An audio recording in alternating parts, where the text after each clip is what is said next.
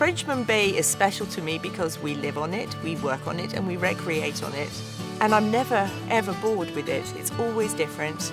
And I have a lot of respect for the importance it holds, not just to us, but to a lot of people.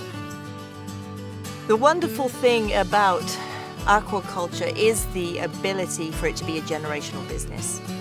Our two sons want to carry on, and they're already working full-time in the business. So yes, it is absolutely already moving on to the next generation. So to start the farming process, we gather seed that sets naturally in the wild.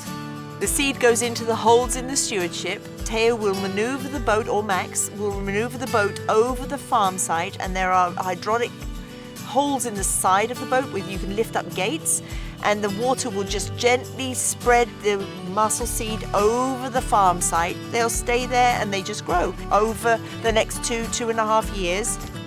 So we have a custom-built box drag that is computer controlled from the boat, that has a cutting bar at the front. You can trim exactly where that flat edge of the drag sits. And so you can cut through that layer of silt and take the mussels right off the top without ever hitting the seabed proper. And the way we know we don't hit the seabed proper is that there have been farms running for over 200 years constantly in Holland, and they're still the exact same depth as they were 2 centuries ago. And so once we've gone through the harvest, they go through the tumble cage and then into a unit that removes all the stones, and then directly into water-filled insulated vats that get covered, put on the crane, and brought to our processing facility for purging and further processing. My biggest challenge at the moment is probably climate change. It's making people anxious. It's making the rate of this change is happening faster than social license is able to accommodate. We can't keep doing what we've always done. We've got to be changing how we are farming and how we are growing, and constantly adapting and improving. The scallop farm started in all seriousness about 4 years ago. The first year we grow them in lantern nets. We get them from that 1/4 inch size up to about 2 inches, 2 to 3 inches in spring. We take the 2-inch scallops, and they have a little notch in the bottom of the shell. So we have a machine that drills a small hole through that individual piece of shell, and then puts a plastic pin through it and a rope and another scallop that it also drilled a hole through. And so you get basically these daisy chains of ropes with pairs of scallops hanging on them. And they are happy to hang there for another 2 years or so before they hit real market size. I have rarely worked in a sector that is as collaborative as I have found with the group here in Maine. I rely on other farmers for networking and support when we are facing challenges. When I first met Joanna and her family, I thought, she is such a strong woman. Being a sea farmer means that I can work for myself. I can work out on the water. I can create food and be a part of a food system that supports people and sustainability in our area. I started growing oysters in 2014 as a way to continue my passion for working on the water. At the time, my husband was working on a commercial fishing vessel shipped out, and I was working on private yachts in the Caribbean, and we both wanted to be able to continue to work on the water and do something that we could really get behind and believe in and work for ourselves, and there weren't a lot of opportunities. So we thought of aquaculture and just started trying to figure it out. We farm American oysters, or eastern oysters. So we buy small seed, 2 to 4 millimeter seed, which is a little bit more cost effective. All of that goes into an upweller, which is essentially a nursery for it. It helps facilitate the feeding process so it grows more rapidly before it goes out onto our main standard lease. So we have a 20-acre standard lease in Thomas Bay. We grow all of our oysters in floating cages. We use the oyster grow system.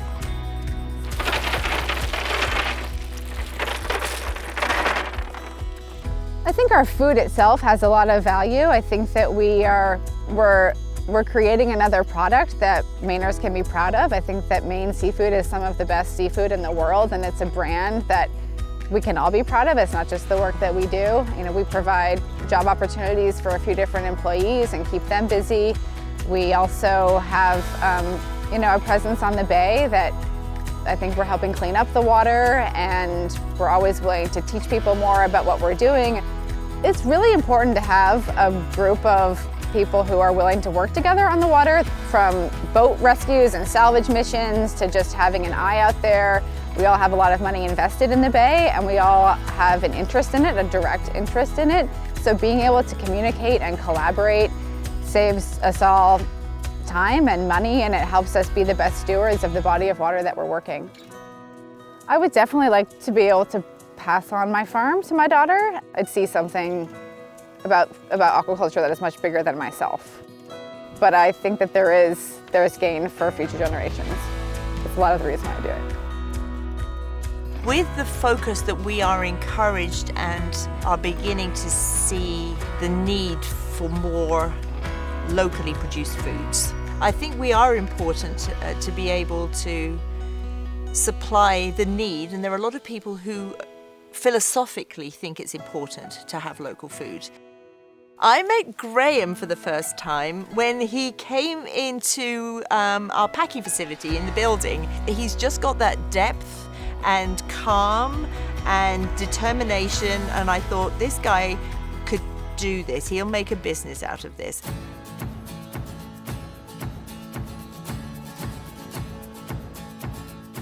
Had you told me 7 years ago that I would be living in the town I grew up in farming oysters, I would have told you that you were nuts. I was working overseas and didn't think I'd ever be coming back to Maine, at least not until later in life. Before getting into aquaculture, I did 8 years in the infantry. I deployed to Iraq and Afghanistan for 4 combat tours. I went back as a security contractor to work in Kabul. But there was just a point in my early 30s where I began to kind of feel like it just wasn't a place for me anymore.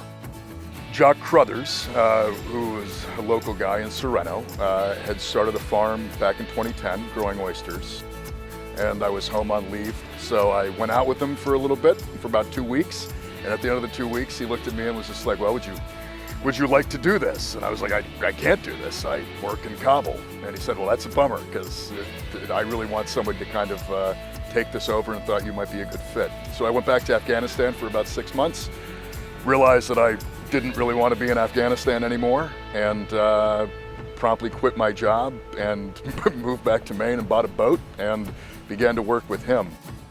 I love the idea of keeping the product local. I like the idea of being able to keep both people enjoying it local, but also keep the money local. The de Konings have been so generous with their time and with their knowledge that we've been able to lean on them many times for information and for guidance and for help. Their operation is larger than ours, and so they've dealt with a lot more problems than we have. And so when we have certain things pop up that we've never seen before, it's relatively likely that the de Konings have.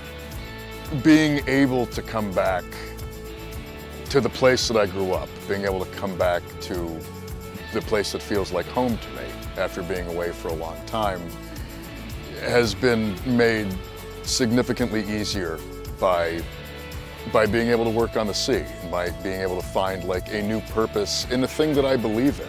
I mean, I really do believe that aquaculture holds a place in the future of how we get food. And so having a thing that gives me a real sense of purpose after seeming like I lost a sense of purpose, all of these things have really helped me come back and find a place back here in Maine. I am really proud of the aquaculture sector. There's young, energetic people who are putting effort into supporting one another, looking at what needs to be done and doing it well. I am deeply involved in as much as I can be, as well as running a company, but the way that this is developing, it's something to be proud of, absolutely.